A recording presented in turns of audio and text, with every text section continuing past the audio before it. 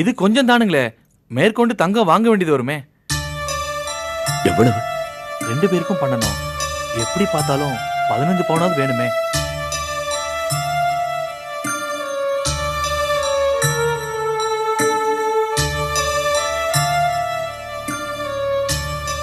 என்னங்க ஐயா யோசிக்கிறீங்க?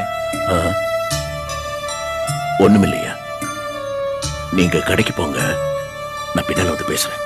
ஏதாவது சிக்கலுங்களா? எல்லாம் பணச்சுக்கள் தான்.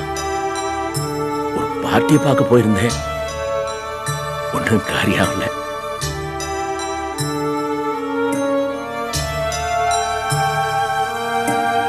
வர சொன்னீங்களே, சரி அட்வான்ஸ் ஏதாவது கிடைக்குமேன்னு உங்களை எதிர்பார்த்து தான் நான் வந்தேன். என் பையனுக்கு ஸ்கூல் யூனிஃபார்ம் வேற வாங்கணும். என் நேரத்தை பாருங்க, உங்களையும் சோதிக்குது. சரி நான் வரேங்க. சரியா, ஒரு நிமிஷம் இருக்கு.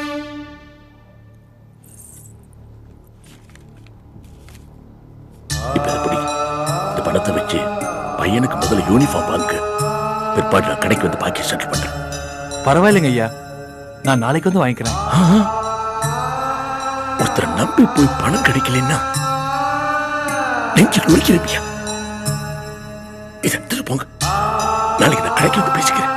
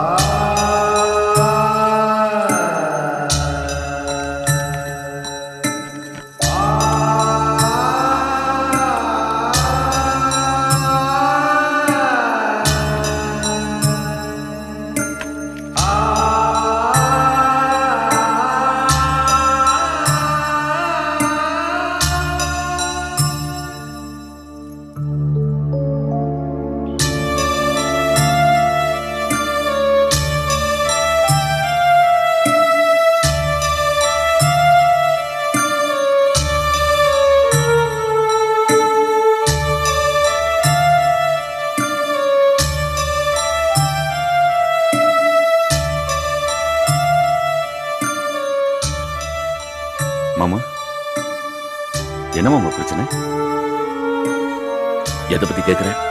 அதான் நகை செய்யறத பத்தி ஆசாரியார் கேட்டப்போ உங்க முகத்துல ஒரு வருத்தம் தெரிஞ்சிச்சு.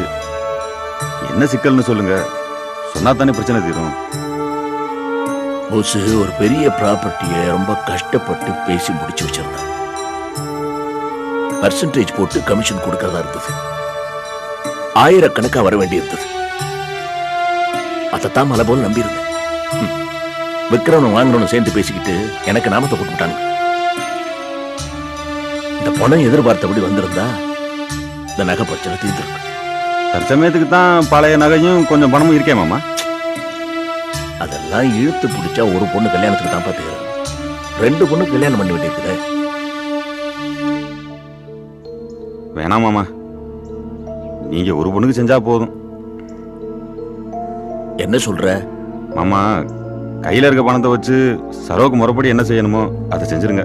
அப்ப தானம் தனத்துக்கு எதுவும் செய்ய வேணாம். ஒரு பொண்ணுக்கு செய்துட்டு இன்னொரு பொண்ணுக்கு செய்யாம இருக்கிறதா? என்னப்பா சொல்ற?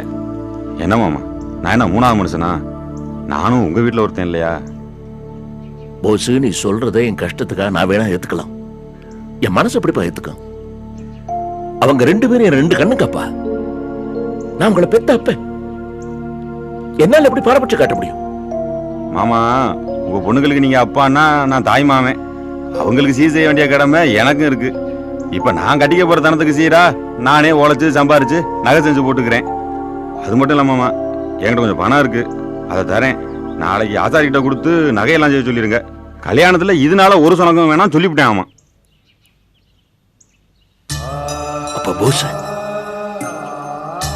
உன்னை என்னவோ நினைச்சுட்டு இருந்தையா? நீ பெரிய ஆளியா? என்ன மாமா பெரிய பெரிய வார்த்தையெல்லாம் பேசுவியா? சரி வாங்க கீழே போவோம். நீ போயா, நான் பிற்பாடு வரேன். சரி.